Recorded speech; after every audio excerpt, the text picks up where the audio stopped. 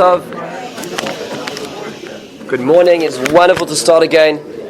We're going to be learning today, this morning, Lirefuas ben Sion ben Rachel, who's in need of Rachmei Shamayim. Alimush should be a zechus for his refuah. Also want to wish a special mazel tov to David Foyer, whose son Ben is getting married this Thursday to Torah, Talpia. Mitzvah Hashem, they should build a bais now and be Yisrael Hashem L'Tiferes. And Mr. Wexelbaum is sponsoring us today. Ve'il Nishmas Chana Bas Naftali. Who's your side? Mr. Bert Wexelbaum's mother, whose yard site is this Wednesday.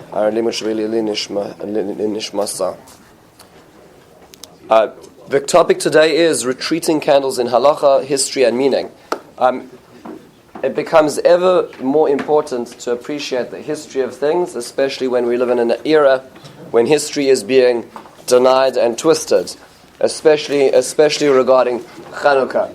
So it takes us back to, we're going to start trying to understand how Chanukah developed in its practice from its original times in memoriam. And in order to do so, we're going to go back to the times of Chanukah itself, times before Christianity and Islam were invented, and before United Nations were deciding how history would be rewritten. And we will try to focus on how actually the development of Chanukah actually occurred itself. So first, I'd like to try to appreciate the first Chanukah during the Second Temple time, Chanukah after the Second Temple, and throughout till today. So let's start at the beginning. Interestingly enough, for most of us, we always have a picture in our mind. If we were to just stop for a moment and try to close our eyes and imagine what Chanukah looked at the times of the Chashmonaim, we have this beautiful picture of the Chashmonaim walking into the temple and removing the idols and lighting the menorah. It wasn't so simple. It actually wasn't so simple. If you read Megillas Tanis is a collection. It was a scroll or a list of all the days that were kept during the Jewish calendar, the good ones, the bad ones, and in general, the Gemara has told us that Batla Megillas Tanis, that Megillas Tanis as a whole is no longer in action. However, we still have it, so we can still see what some of those days were. The only things which really are still prevalent are some of the fast days and Chanukah and Purim. Well, Purim is not Megillas Tanis; it's actually part of Tanakh. So, interestingly enough, if you read Megillas Tanis, and I put it as the first source, but for some reason the heading covered our first source of Megillas Tanis, it says that when the Yavanim, when the Chashmonaim entered into the temple, it says what they did was they took their spears and they drove them into the ground and they lit They lit these poles, these metal poles, as the menorah. The first lighting of the menorah was not the menorah in the temple; it was impure. They actually created their own menorah to light. In fact, this is mentioned in the Gemara in Menachos. In the second source, the Gemara in Menachos is discussing what materials are actually allowed to be used for the making of the menorah. And the Gemara has a big discussion in the second or third last line. Towards the end, it says, Rabbi Yossi Rabbi Yehuda Omer, Ashal Eitz Lo Yasa. You should not make the menorah in the temple of wood, like the Chashmonaim didn't make it of wood. It says, Amru Lai, the Chachamim responded to Rabbi Yossi, Rabbi Yehuda, and they say, Misham Raya, can you bring a proof from there? Shipurim shel barzel hayu v'chipum babats. They used sticks of iron which were covered in lead. Shiru asom shel kesef. When they grew richer, they covered them. They plated them with silver. Chazru ve'ashiru asom shel zav. And later on, when they became richer, they covered it with gold. So the original Chanukah, as it was celebrated, the original time that the Chashmonaim walked into the temple, it wasn't the same picture and image of the menorah that we're talking about. We're talking about almost a military picture of what they were able to achieve at the time, which is a little bit of a shock to necessarily to the way we think of things. But nonetheless, this is what they had at their disposal. Actually, I was just going through Antiquities of the Jews by Josephus on this section. It's really fascinating to read. The Chanukah wasn't just one big war, and then we won and that was it, and we all, hung our guns on the door, the back of the door, and we, from then onwards it was, smelling of roses and good coffee in the morning. It was a little more complicated than that. So you'd have to read through the time of Matisyahu when his revolt against the Romans, the Greeks, and then you talk about how Matisyahu died and his sons Yehuda, and it's interesting the war after war that he calls him Judas.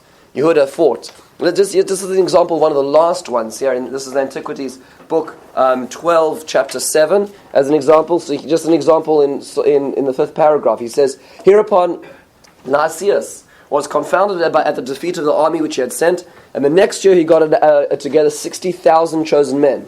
He took 5,000 horsemen and fell upon Judea, and he went up to the hill country of Beis Tzur, a village of Judea." I wonder if that was a settlement. I just can't work it out. If, according to UN law, that would be a settlement, because the Jews apparently there weren't Palestinians in the mountains at the time, but I don't know where they were living, because we must have been claiming their territory from somewhere else. But anyways, we'll have to try to work it out historically.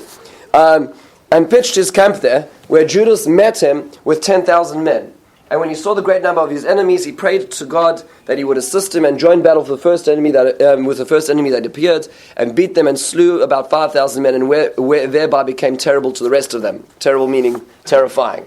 So, this is one of those battles that he describes it. When we say Rabim Biyad Ma'atim, you just have to appreciate the odds over here. We're talking. They weren't an organized military bunch. They in some of these battles that he describes in the previous paragraphs, they didn't have arms. Meaning some of the people didn't even have weapons or armor. They just threw themselves upon the Greek onslaught and the Greek armies. You have to understand just what it means, what a successor was. And the next paragraph is at the end of a string of battles. He says in source 6, in paragraph 6, when therefore the generals of Antiochus' armies had been beaten so often, Judas assembled the people together and told them that after so many victories which the God had given them, notice how many times Hashem appears over here, they ought to go up to Jerusalem and purify the temple and offer the appointed sacrifices. But as soon as he and the whole multitude was to come to Jerusalem, and found the temple deserted and the gates burnt down and the plants growing in the temple of their own accord on account of its desertion, he and those that were with him began to lament, and were quite confounded at the sight of the temple. So he chose out some of his soldiers and gave them the order to fight against those gods that were in the citadel until he should have purified the temple. When therefore he had carefully purged it and brought in the new vessels, the candlestick, the table of showbread, and the altar of incense, which was made of gold, he hung up the veils at the gates and added doors to them. And he talks about how he rededicates the temple. You can get a sense of the devastation at the time. And he goes on a beautiful description of this, and he talks about the years and how long there was a gap before we'll call it the traditional Jews had access to the temple. And look at the last paragraph. This is fascinating. This is, remember, Josephus is writing at the end. Josephus was a Jew who defected to the Roman side during 68. That was during the war against the Romans, and he then became very close to Vespasian. So listen to what he's saying from that historical perspective about 200 years later. He says, "Now Judas celebrated the festival of the restoration of the sacrifices of the temple for 8 days, and omitted no sort of pleasures thereon, but he feasted upon them upon very rich and splendid sacrifices. And he honored God and delighted them by hymns and psalms." That's similar to what the Gemara describes. Okay, nay, they were so very glad of the revival of their customs, when after a long time of intermission they had unexpectedly had regained the freedom of their worship, that they had made it in a law for their posterity, that they should keep a festival on account of the restoration of the temple worship for 8 days. Notice, by the way, what's missing from his description? Candles. Okay, just by the way, candles are in this description. And from that time to this, we celebrate this festival and call it lights. Okay, so we call this festival lights. Now, here is Josephus surmising why that should be. Interestingly enough, I suppose the reason was because this liberty beyond our hopes appeared to us, and that thence the name was given to the festival. Judas also rebuilt the walls around the city, and goes on to describe it. I mean to say that from the perspective of a person living through another destruction, where he actually gave up, he says, I suppose there was a time where we got hope beyond our expectation, was the reason why it was called the Festival of Lights. He doesn't actually talk about the candles necessarily, which leads us to the next question, which is, when in fact did the Neiros, when were the candles actually part of the mitzvah as we know it? When did we start lighting the menorah? We know that the Chashmonaim relit or created this new menorah at least the beginning. They lit the menorah in the base in the Mikdash. When did it start? So here's if you want to be particular in terms of what the Gemara says. The Gemara is actually very enigmatic to this point. Listen to what the Gemara says. This Gemara we're very familiar with. The Gemara is in Shabbos Chaf Aleph and says, "My Chanukah, what is the days of Chanukah? The Tanu Rabbana b'Chofa b'Kislev Yomei Chanukah Tamnaya Inon. There are 8 days of Chanukah. And the rule of the days you can't fast or eulogize. It's a very odd way of describing a festival, by the way. Right? That seems to be a byproduct. That's a side point. Why is that the first thing described? Very, very important question to try to understand. When the Greeks entered the temple, they defiled the oils in the temple.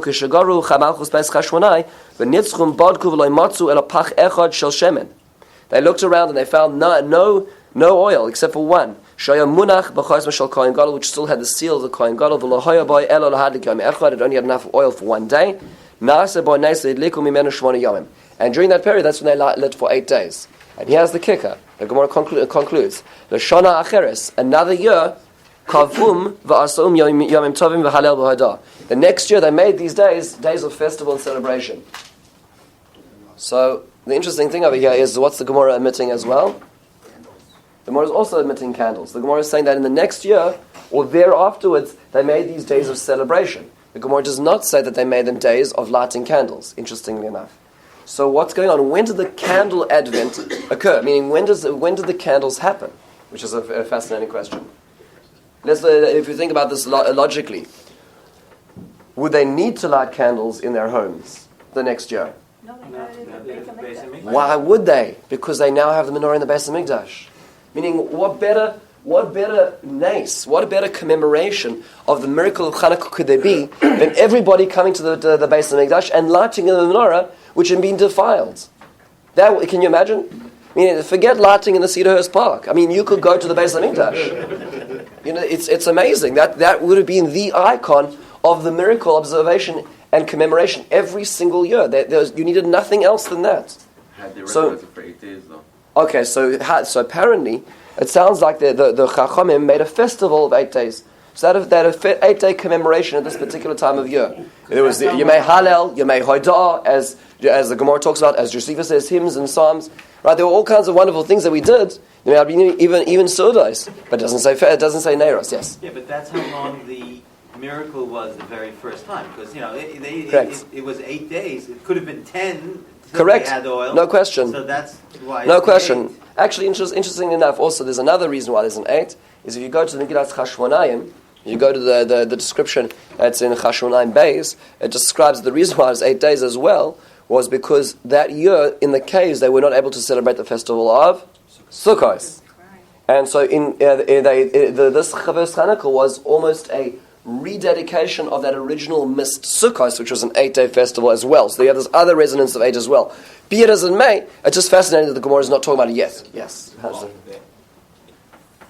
if they were only going to be discussing doing something in the Beis Hamikdash, no one would have seen it. Good. No one would have seen the menorah. The menorah's inside, number one. Number two, they lit the menorah every day.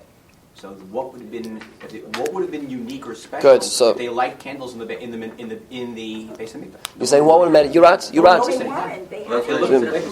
They lit them every day after that. Right. They came back. So apparently, next year, the year after that, what's going to be different? That Hanukkah. what's special about that day? So it's a very good point. It is a very good point. There are sources which go in both directions. I did a little bit of research into when this actually occurred. Interestingly enough, I want to come to your point in just a moment. We can get to Rav Sternbach.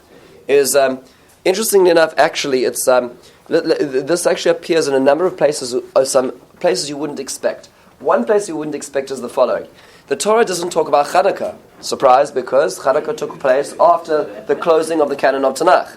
Right? However, the Torah does give some references, some innuendos towards Chanukah, which are helpful to us understanding the Chanukah itself. So example number 1 is in the beginning of Parshas Ba'aloscha.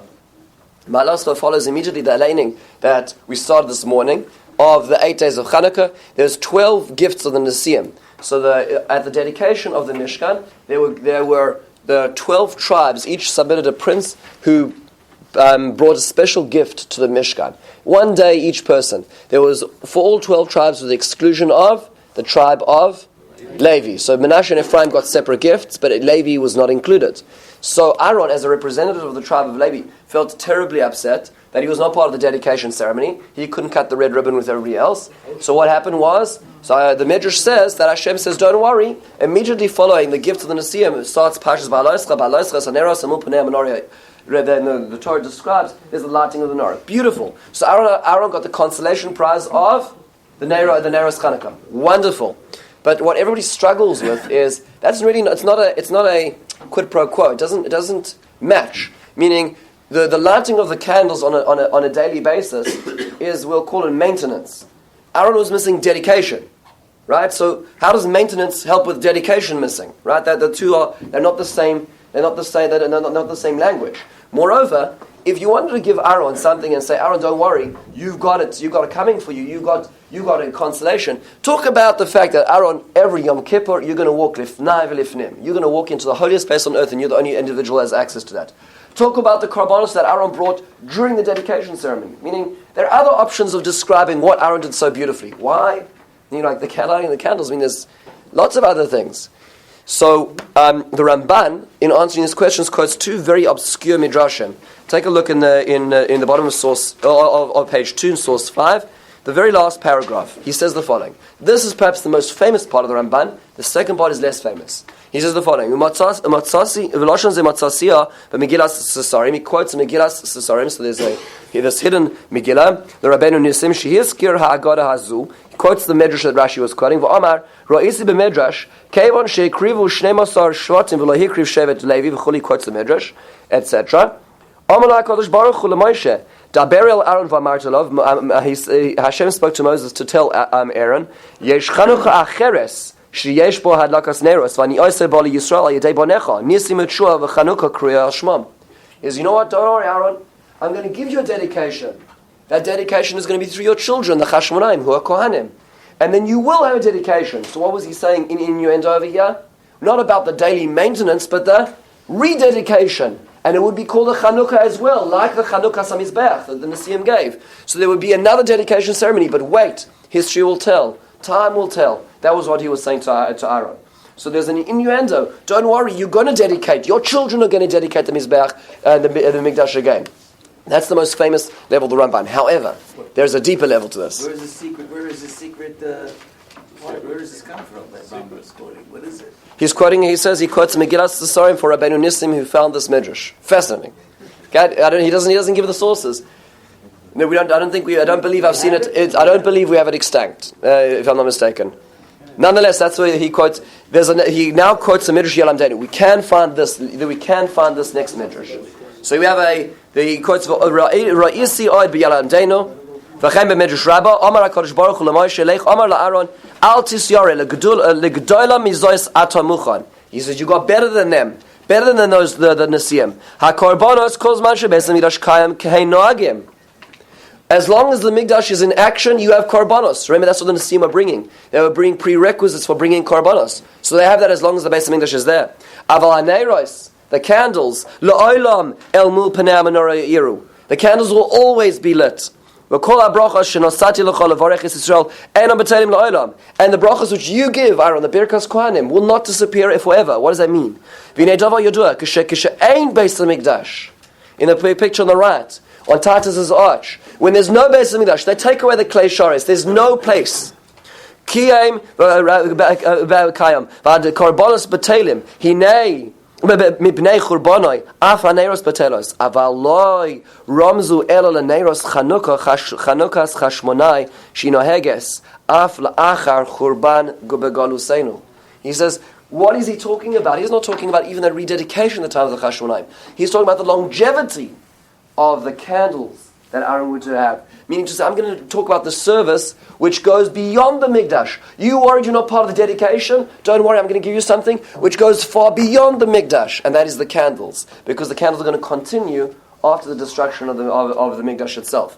There are those who say from this Ramban that the candles therefore actually start taking effect only after the Churban.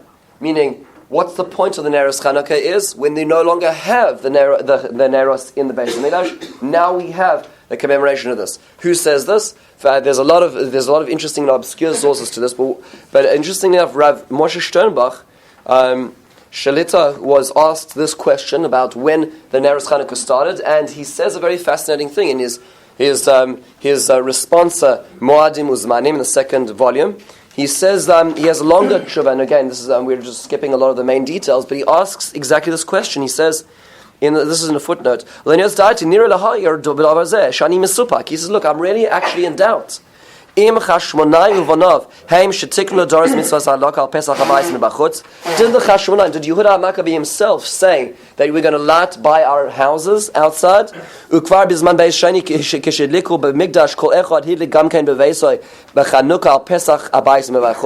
And therefore, while they were lighting in the Mikdash, everybody was lighting in the individual homes.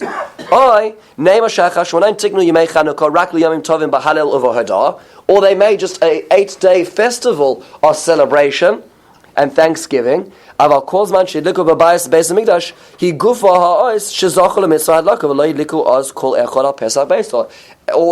all we needed was the fact that you could look to the Mikdash and know that they were lighting, and maybe there was a special ceremony, and they had dignitaries, whatever it was, but in the end of the day, that was their celebration. He doesn't know. He quotes, we're going to skip, but at the end of the paragraph he quotes Megillas Antiochos. That seems to suggest that they were lighting even during the Second Temple period. In the second paragraph, listen to what his suggestion is. He says, Omnam nireh, in source 6, second paragraph, he says, Omnam nireh, Shem tiknu yomim elu, limei simcha v'halel v'hoidah, v'tiknu nami neros l'zecher anais. He says they made these. They made the festivals of Thanksgiving, and they made candles even at the original time for the remembering of the Nes. Aval choiva akar kafta de gavra shekol echad yadlik al Pesach beisa mivachutz or ner ishu beisa tiknu chazal achar kach. He says, of course, it was always a festival of lights, but it was never a chiyuv. They never mandated that every house, every individual should go home and light in a particular way in a particular place. That developed later. Meaning to say there were lights originally, but they didn't need to make it a mandate until we no longer had the mandate in the Mikdash. And therefore he says, Aval b'me'ach hashmonayim shidliku b'mikdash lo yidliku kol echa b'pesach be'esla b'gvulim. In the diaspora or around in Israel, they didn't need to light in their houses, rak kufyan nireh, only as needed. So for instance, rak b'sevivo b'mesibois u'bote knesios v'kadami yidliku kumosh yevuar. So in that big gatherings, you can imagine, around the time of year, and they would light candles to commemorate what happened. But it wasn't that everybody came home and was buying, the packs of the candles and working out the half an hour after dark. They would light as appropriate at the times because they had the real deal. Then after the real deal disappeared, that's when they mandated that lighting become more significant, which makes a lot of sense. What was that? So we're saying that the lighting of the candles originally was a zeicher to this moment? Well, originally the original lighting was during the times of the Beis Hamikdash. So it wasn't a zeicher at all. It was a zeicher for the nes. So the mandating of those candles being more specific is quasi zeicher the Mikdash, but it's also more of a fixed celebration or commemoration of the nes because you no longer have the Mikdash as well. So it's a little bit of both. That's why you say both brachos. What was that? That's why I say two brachos. Nisim and Halakha. Fascinating. Anyways, this is just fascinating. Most of us don't consider this. We also notice, by the way, in case you're wondering, the machlokes of Beis Hillel and Beis Shammai about the candles going up or down, right? 1, 2, 3, 4, 5, 6, 7, 8, or 8, 7, 6, 5, 4, 3, 2, 1, right? Whichever direction we're going, the Beis Hillel and Beis Shammai lived at the tail end of the Beis Hamikdash. The fact that they're arguing as to which of how the actual hadlaka should look like shows us that there was not a solid practice yet, and there didn't need to be, says Rosh Sternbach, because you had the Mikdash. So at parties you'd light candles as a commemoration. Right, in those days there was no Kwanzaa, there was no Christmas trees. Everything was this was the only thing that was going on at that time of year, right? So therefore, this was the lighting ceremony. So now, as Chazal solidify this miracle, right, as they solidify the practice of the commemoration, as the Mikdash is going away, this is when we enter the game, and this is when we start asking the following questions. Let's go on to now into contemporary times. So how does this work? So the Gemara tells us, how did this concretize? How did this become tangible in the midst that we know and love today? So here we go. The Gemara tells us there were further developments. Okay, this is why this is such a fascinating discussion, because as we go further in history, it changes in terms of the times that we're living in. So here we go. The Gemara tells us the following in Shabbos Chav Aleph. The place to put the Ner Chanukah is outside your door. Okay? And Rashi says the reason is because we want to mefarsh saying that nice. We want people to know about it. So therefore, the best place to do it is that if people are driving past your house, then people are going to see it. If you live in an apartment, you put it in the window facing the Rosh Hashanah, and of course that's provided that your apartment is below 20 amos, which is more likely in those times than today. Okay? And finally, but if you're living at the times of danger, then you put it on your table, v'dayon, that's sufficient, says the Gemara. What are we talking about over here? What danger are we talking about? Now let's remember, Gemara is talking about, the Gemara is published in the year around the year 500. Okay, so 1500 years ago. So we need to work out when beforehand in that period of time is the Gemara talking about. And remember, it's actually quoting a brisa, Tana Rabbanon. So this is Tanaitic material from the times of Tanaim. Tanaim time ended around the year 200. Okay, so 1800 years ago beforehand, we're talking about some danger which was posed to the lighting of the candles. What was that danger? Actually, nobody points to Christianity in this particular one. In this one, we actually point to a very unusual direction. Rashi says the following. This is an unknown danger to most of us. Rashi says, "Hasakana shehaya lahem leparsiyim chayk b'yom edam shelo yaviru ner elo beis avodah zarah shelahem kedarinim begitin." So Rashi says the Persians were the problem. Okay, so what was the problem with the Persians? Is that they would not allow any candles to be lit out on their festival except in their Beis Avodah Zarah. So actually, who are we talking about over here? Zoroastrians, the good old Zoroastrians, okay? Not Rastafarians, the Zoroastrians. The Zoroastrians were, now, if you depending where you go read about this, some people say and they claim they're one of the world's oldest monotheistic religions. They're not monotheistic, they're dualistic. Right? There's powers of good and evil, and there's dark and light. So they may believe in Zoroaster as one power, but there's powers of light and powers of darkness, and they have fire temples in which they serve these different powers. Happens to be that it was a very popular religion in those days, and in Persia specifically, it was a very popular religion. It happened to be it took a sharp decline in the 600s. Why? Because Islam took over Iran, and in the world of Islam, there's three types of people. And we're not talking about in gender right now, because but in terms there are believers, there are pagans, and there are people of the book. People of the book are Christians and Jews who can live in a subclass society under Islam. Right, so if you read Ayatollah Ali Khamenei's book about his prolonged plan for Israel, his plan isn't to kill all the Jews. He wants to drive most of them out and have 1 million or so living under Islamic rule, paying the dhimma, the jizya, and all the taxes and those kind of things, like they do in other places. So that's generally the people of the book. But polytheists killed, right? Meaning there's no room for polytheists in Islam, and slowly but surely they waged war, and there's very few Zoroastrians left in Persia today. They still are persecuted, a minority today. There's different numbers, but I saw 2 million left in the world together, maybe 800,000, depending on the different counts. But they're still around, and at the time they were quite a threat to the Jews, because remember, the Jews are living across we'll call it the Israel, Babylonian, Persian area around here. Certainly after the first exile, and people still remained there, and then there was always a community in the Babylonian Persian area. An example that Rashi is quoting is the Gemara actually in Gittin. He has just an example. This is one of the many examples we see in the Gemara in source 9. It's talking about a conversation. There is a halachic conversation. Rabbi Bar Chana Chalash. So Rabbi Bar Chana was sick. So Ulagabe Rav Yehuda Rabbi Lishuli Abay. So Rav Yehuda and Rabbi came to visit him. They were paying a Bikur Cholim visit. And in order to cheer him up, they have a halachic discussion with him. So they say to him,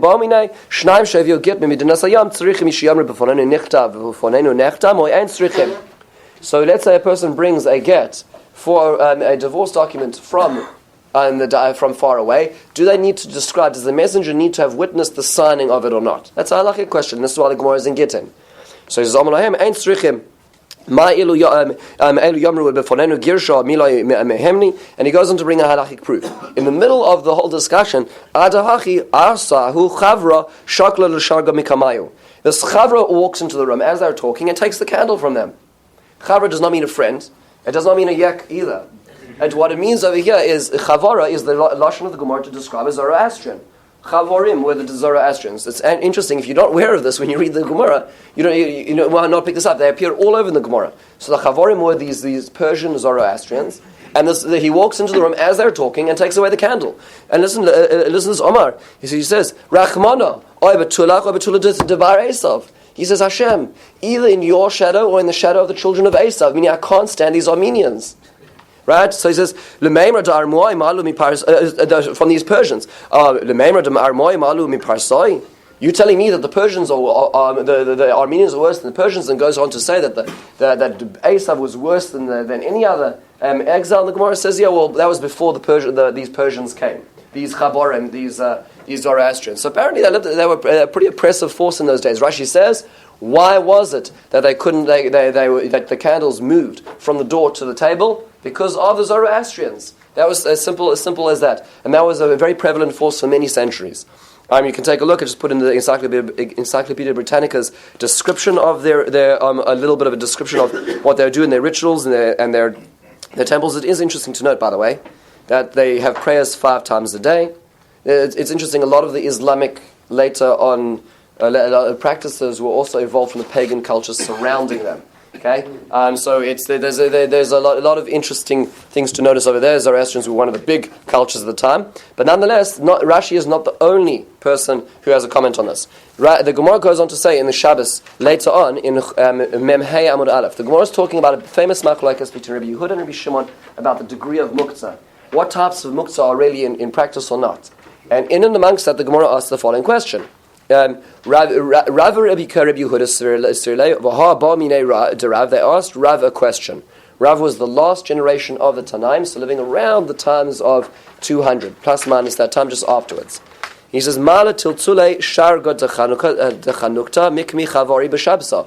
Can you move this is going to be like a shal this coming Shabbos. So you light your Chanukah candles on Shabbos. Can I move the candles which are muktzah on Shabbos in order to avert the Chavorim, the Zoroastrians, from seeing them? Amalahu, Shapir Dami, Shas Zachak Shani. So he says you can move them. And that seems to be an indication that there's no problem of Muktzah. They answer, no, that's Shas Zachak. Don't worry, you can't bring a proof that Muktzah is in effect or not in effect, because we're talking about the Shas Zachak, we're talking about at times of difficulty. So Tosfos says over here, Tosfos says, well, this makes a lot of sense, because we just talked about beforehand how, as Rashi described, that there was a Shas Sakona, which means that the candles came inwards. Tosfos' problem is why are you only asking about the Ner Chanukah? What about the Ner Shabbos itself? Why wasn't the question every Shabbos? Why do you have to wait for Shabbos Chanukah to ask if you can move the candles? Why not the Ner Shabbos itself? Right? That should be the question about the Zoroastrians. Every Friday night you would have a problem.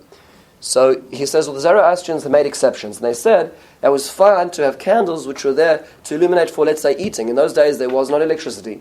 So when it became dark, especially at this time of year, how did you continue? The only way you continued was you had a light by your table. So the Zoroastrians said, that's fine. What they were opposed to was ritualistic lighting, which was not for the purposes of eating. Where was the Chanukah candle kept?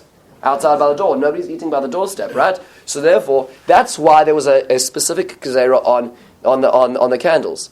And then Tosfos is trying to work out why it is that surely if you put it on your table already by this time, right, if the retreat had already been in effect, then why were they asking this question? He says maybe in that year they thought they would make it, and they put it by the door, and they didn't listen. Tosfos suggests. And then finally Tosfos comes to a final conclusion saying, maybe in fact it wasn't the Zoroastrians.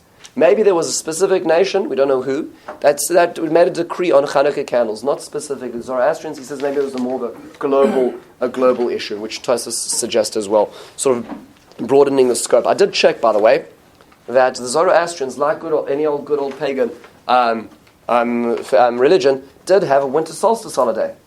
Okay, they had the pagans had a good old winter solstice holiday.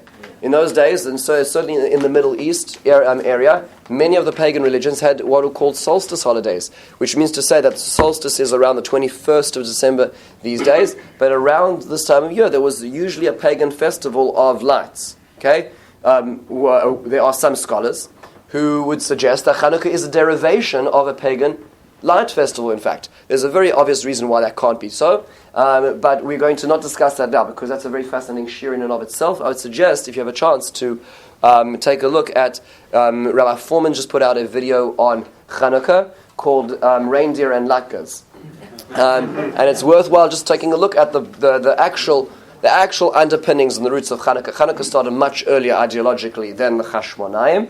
And it's very fascinating to try to appreciate and unpack that. Maybe Sunday we'll try to unpack that itself. But be it as it may, there seem to be two problems with the lighting of Chanukah which drove the candles inwards, and one of them either being the Zoroastrians at the time, or perhaps another nation which had a problem. I'm going to hold the questions because we only have a very little time left for a lot of information. So what happens today? So what is the halacha today? The Shulchan Aruch tells us very explicitly that it describes the same, almost word for word, the Gemara, that it started on the doorstep, and then if you're in an apartment, it was upstairs, and then it moved towards the table Vadaya. That's what the Shulchan Aruch says, and that's how it's paskant. We bring it to the table. Interestingly enough, I assume that most people over here do not light on their tables. Where do most of us light? In the windows. So where do the windows come from? That was kind of the question. The gap between Shulchan Aruch and what we do today is strange. Where did the window enter into our tradition? Moreover, another question we can ask is: so what happens when the danger disappears from the outside? If the danger disappears from the outside, surely then the candles should snap back to where they used to be, right? So if the problem was the outside, so let them go back to the outside. Why didn't they? In fact, many of the medieval commentators, as an example, the Or Zarua, who was one of the predominant halachic rishonim in the Ashkenazi side of things, says at the end of source 14, he says, he says, I don't understand why it is that when the danger has disapparated, has gone away from outside, then surely the candles should return to their original state by the door. Why not? He doesn't know why. I thought it's only Rosh Hashanah. What was that? Only Rosh Hashanah. Yeah, sure, but in general, the predominant practice today is not to light by our doors. So he says the practice should have been, if you have access, if you're close by your chatzar. So in Israel we do today. But I'm sure, let's build this up historically. Apparently at the time in Europe that the Or Zarua was living in the 1300s, this was not the practice, and he was questioning it. The Baal HaItzur, who was also a contemporary or earlier contemporary, says in the source 15, "V'achar shenagu al asakana nagu umi sheyochol anicha mibachutz manicha b'bachutz im lav al pischai." So he says it's up to the individuals. It's not going to be mandated. He says if you can do, if you can't, don't.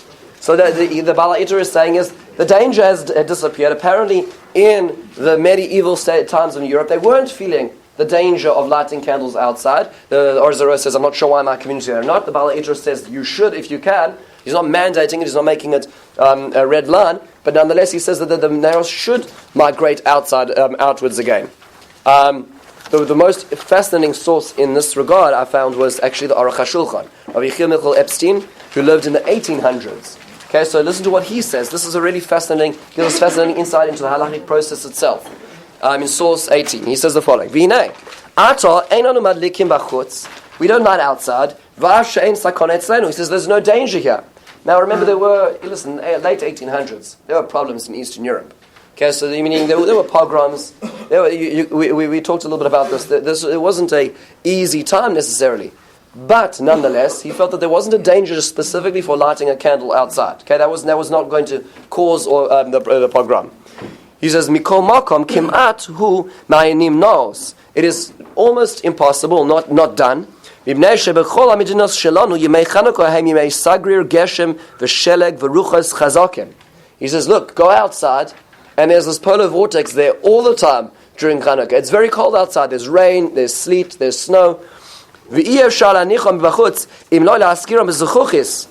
only way you could possibly light the menorahs outside now, not in the nice balmy Middle East or Babylonia or Persia, but in good old Eastern Europe, the only way you could do it is if you got a glass box. He says, the Rabbanon wouldn't make a mandate that every single Jewish house should have to go now and find a glass box. Meaning, maybe, according like the Baal HaItzur said, maybe it should go outside. But Chazal are not going to make a blanket rule to make now an extra expense for every family to mandate it as a halacha that everybody has to go buy this glass box to put their menorahs outside. He says, he feels that there's less of a recognition of the mitzvah as well. Meaning, to say that people are not waltzing outside during that time as much because it's cold. And finally, and also, he feels that there are problems with the authorities. Meaning it's not a danger, but it's an issue of legal license. The authorities are not going to allow them to light outside. kulenu madlikim babayis. We all light in our houses. V'lochein kevan she'aheker hu rak libnei avayis ve'ein heker livnei rishus harabim klal ein lachush kol kach im ein madlikim batevach hasamuch lePesach. And therefore, because the main audience now is no longer the street, but the house, we don't have to worry about if it's exactly in the tevach that's closest to the door. We should try to light near the door frame, even on the inside, he says.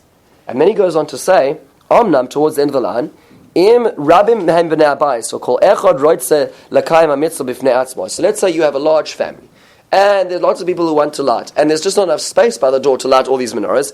Because all the candles are going to get mixed up. It'll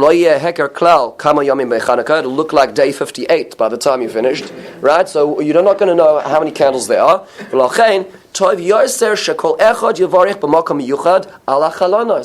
He says, therefore, we should put them towards the windows. It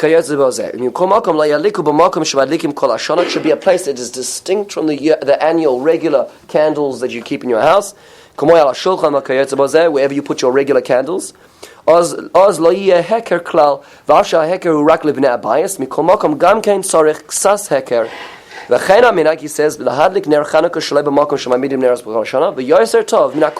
He says, this is the Rav Yechiel Michal Epstein's personal suggestion. He says, Yoser Tov Aminakol. What's the best practice? Is De'im Yesh Chalon Aposuach L'Rishus Harabim Yamideim Eitzel HaChalon V'yiru B'gam B'nei Rishus Harabim Derech HaChalon.